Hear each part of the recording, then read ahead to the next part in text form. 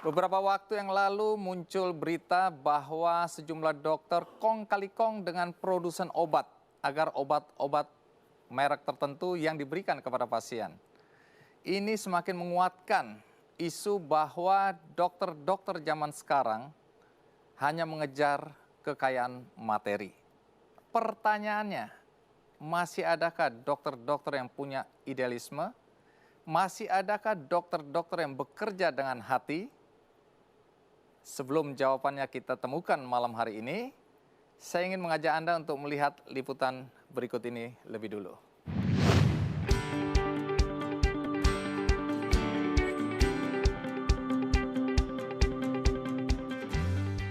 Dokter biasanya identik dengan pengobatan mahal. Namun ternyata masih ada dokter dalam praktiknya hanya dibayar sukarela oleh pasiennya. Di Kota Medan, Dr. Asnan Lelo menjadi sosok yang fenomenal. Mengabdi untuk orang banyak sudah menjadi tujuan utama Asnan sejak sekolah dasar.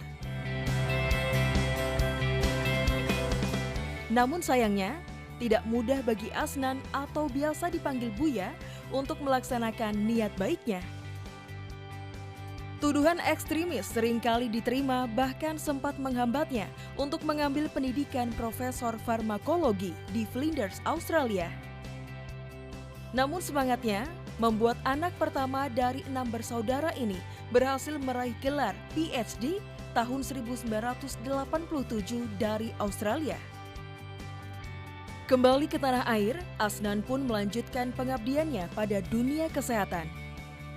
Dengan membuka praktek sejak tahun 1978, tepat setelah menyelesaikan pendidikan kedokteran di Fakultas Kedokteran Universitas Sumatera Utara. Asnan membuka praktek di garasi rumahnya, tidak seperti praktek dokter pada umumnya, pasien yang datang hanya membayar seikhlasnya. Tempat praktek ini tidak memiliki papan nama, namun pasien yang datang selalu ramai setiap harinya. Tak jarang, Asnan yang dibantu istri dan mahasiswa kedokteran yang sukarela membantu prakteknya, bekerja melayani pasien sejak pukul 5 sore hingga dini hari. Seiring berjalannya waktu, tempat praktek ini semakin ramai dikunjungi.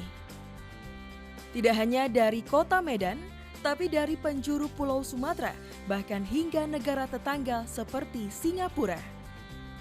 Ya, berobat kemari biayanya sukarela dan resep yang diberikan pun relatif harga obatnya murah dan kualitas obatnya pun lumayan lah untuk masyarakat, membantu masyarakat juga.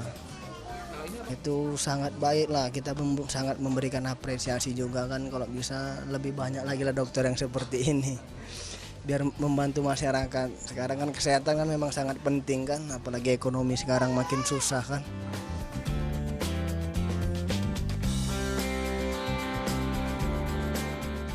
Sekarang kan udah 70 tahun, kira-kira umur 40 tahun dia udah mulai berobat di sini. Dari mulai masih anak-anak masih kecil-kecil lah, berobat asal sakit kemari. Sampai sekarang sama cucu-cucu pun kemari berobat. Mudah-mudahan serasi ya, selain dokternya juga nggak mahal, apalagi ekonomi lemah ya kan, sangat membantu dokter ini. Tidak ada zaman sekarang, apalagi sudah zaman globalisasi sudah modern, ada seorang dokter mau memberikan sukarelanya berapa saja diberikan oleh pasien, namun pasiennya cukup banyak.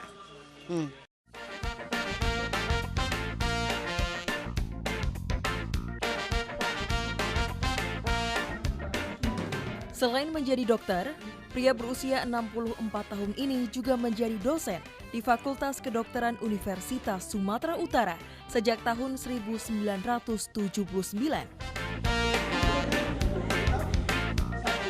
Asnan dikenal sebagai sosok yang blak-blakan, namun menghibur karena seringkali bercanda dalam memberi materi kuliah. Baginya, hidup itu harus memberikan manfaat bagi orang banyak.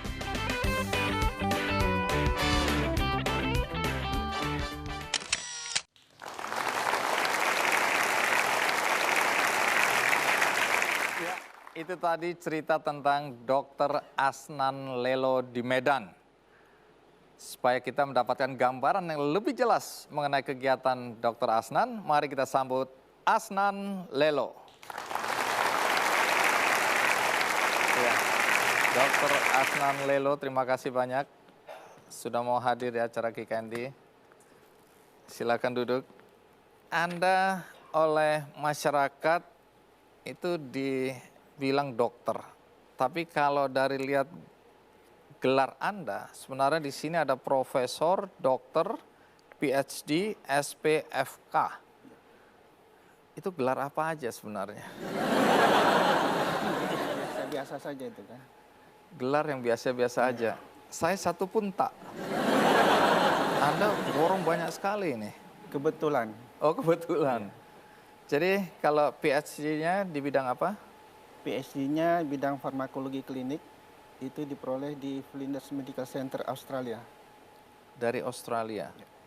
Kalau SPFK ini? SPFK itu spesialis farmakologi klinik. Itu dikeluarkan oleh PBID, pengurus besar ID. Baik. Lumayan banyak ini ya gelarnya ya. Alhamdulillah. Anda anak keberapa? Saya ini anak pertama dari 6 bersaudara. 6 bersaudara. Orang tua Anda pekerjaannya apa? Dulu tukang jahit. Sampai Tukang- akhir hayat tukang jahit. Oh, dulu tukang jahit sampai akhir hayat tukang jahit. Karena sudah almarhum. Almarhum. Kedua orang tua tukang jahit. Iya. Kalau pendidikan orang tua apa? Alhamdulillah tak tamat SD. Tidak tamat SD. Iya. Sementara Anda punya segudang gelar. Kalau Anda sendiri punya anak, Alhamdulillah ada anak 3. pendidikan anak apa? 1 sarjana hukum, 2 dokter. Apa sewaktu kecil Anda memang sudah bercita-cita jadi dokter? Oh tidak. Waktu tamat SD dibuat acara perpisahan oleh Ki Sugondo Kartoprojo. Saya itu sekolah di Taman Siswa. Dia bertanya sama saya, Asnan, kau nanti udah besar mau jadi apa? Saya katakan, saya ingin jadi orang yang berguna untuk orang banyak, tapi berbeda dari orang lain. Tunggu, anak umur berapa? Umur 12 tahun. 12 tahun. Ingin berguna bagi masyarakat banyak, tapi yang berbeda Nah, dari orang lain. dari orang lain. Jadi Apa katanya yang bukan ada di- dokter, bukan. Insinyur, bukan. Pokoknya berguna untuk orang lain. Kemudian bagaimana sampai muncul keinginan untuk sekolah dokter? Itu waktu SMP, saya lagi belajar sampai larut malam, belajar aljabar, datang Jalan Abang, kemudian dia tegur, An, nanti udah besar mau jadi apa kau? Saya katakan, saya ingin jadi sarjana nuklir. Ya, ngapain bunuhin orang katanya. Carilah bidang yang banyak menolong orang banyak. Katanya. Saya katakan kalau gitu, saya buatlah rankingnya. Yang pertama dokter, andai kata tidak bisa dokter jadi guru, kalau nggak bisa jadi guru saya jadi perawat.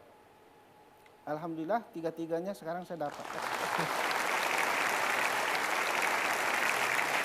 Tunggu, masih banyak pertanyaan. Bagaimana sampai anak tukang jahit bisa kuliah kedokteran? Dari mana uangnya? Saya masuk kuliah kedokteran itu berbohong dengan orang tua. Karena orang tua dari awal dia tahu kita mau kedokteran tapi dia tidak mengizinkan. Maka waktu itu karena saya SMA-nya bagian PAL bisa masuk kemana-mana, saya cuma minta uang Rp500 mendaftar ke satu fakultas. Saya masuk ke kedokteran. Orang tua tidak tahu. Cuma setelah lulus baru orang tua sedikit emosi. Kenapa bisa masuk kedokteran? Kan udah dibilang jangan. Takut ini ya, Aha. karena Jadi biayanya mahal. Saya katakan, Pak, sekali inilah aku minta duit. Waktu itu uang kuliah sama uang pelonco 33.000. 32.000 untuk uang kuliah setahun, 1.000 untuk kalau sekarang istilahnya PEMA, berikut jaket-jaketnya. Hanya sekali itu saya minta uang sama orang tua. Tapi kan abis itu biaya-biaya lain akan ada. Dari mana? Saya ngasih privat les, ngasih les di banyak anak-anak SMA, Oh, Anda cari uang sendiri nih. cari uang sendiri. Saya dengar ada jualan fotokopi juga. Oh, itu waktu mahasiswa, saya selalu membuat kumpulan soal-soal, dan itu dijual di kalangan mahasiswa. Alhamdulillah, ada juga uangnya. Oh, dari situ Anda membiayai kuliah Anda sendiri. Orang tua nggak bantu-bantu lagi. Tidak. Anda sekarang ini dikenal sebagai dokter aneh di Medan. Anehnya di mana? Pertama dari penampilan. Gara-gara penampilan ini saya kena cekal. Oh, kenapa begitu? Saya dituduh Islam ekstremis sebelum pergi ke Australia. Terus apa yang terjadi? Ya 3 tahun saya menunggu untuk bisa direhabilitasi. Gara-gara penampilan seperti ini? Iya, Karena walaupun Anda profesor, dokter, PhD, SP, FK gitu, itu kan belakangan. belakangan. Nah, masyarakat di sana manggil Anda apa dengan semua gelar ini? Mereka nggak lihat itu profesor, mereka panggil Buya. Oh, jadi Anda lebih dikenal sebagai Buya? Iya, ayah. Baik, kalau gitu kita lanjutkan, Buya. Anda tadi disebut aneh, bukan karena penampilan sebenarnya, lebih karena apa yang Anda lakukan dalam praktek kedokteran tidak biasa. Bukan dalam tindakan, tetapi dalam pembayaran. Pertama yang dianggap aneh, Anda tidak mencantumkan atau tidak memakai papan nama katanya. Padahal hampir semua dokter, bahkan belum praktek, plang namanya duluan. Anda sudah praktek sampai hari ini, tidak ada plang juga. Betul. Kenapa begitu? Karena setelah pulang dari Australia, saya sebenarnya tidak berniat untuk praktek. Tapi ketemu dengan pasien yang lama, mereka mengatakan, dokter kita sudah pulang, dokter kita sudah pulang. Jadi satu-satu mereka muncul. Mereka cegat di tengah jalan apa segala macam. Ya mau tidak mau, saya harus melayani mereka. Terus? Ya sampai sekarang demikian. Tapi kalau sekarang pasien Anda per hari berapa orang? Minimal 30, tapi bisa sampai 153.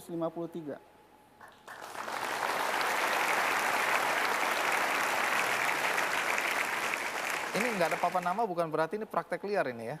Oh tidak, Iya. punya SIP. Saya curiga aja ini. Kemudian Anda dianggap aneh karena cara pembayarannya. Ya. Pertama Anda nggak menentukan tarif ya? Tidak boleh.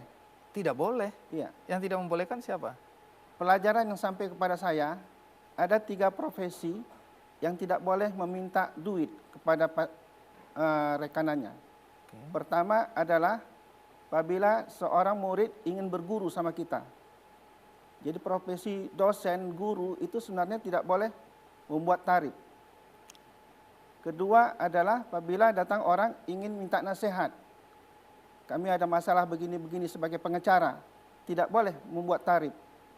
Dan yang ketiga adalah apabila datang seseorang ingin berobat kepada kita, tak boleh bikin tarif. Tapi kalau dia kasih, kita terima. Ini pengetahuan baru bagi saya. Udah lama itu, Pak.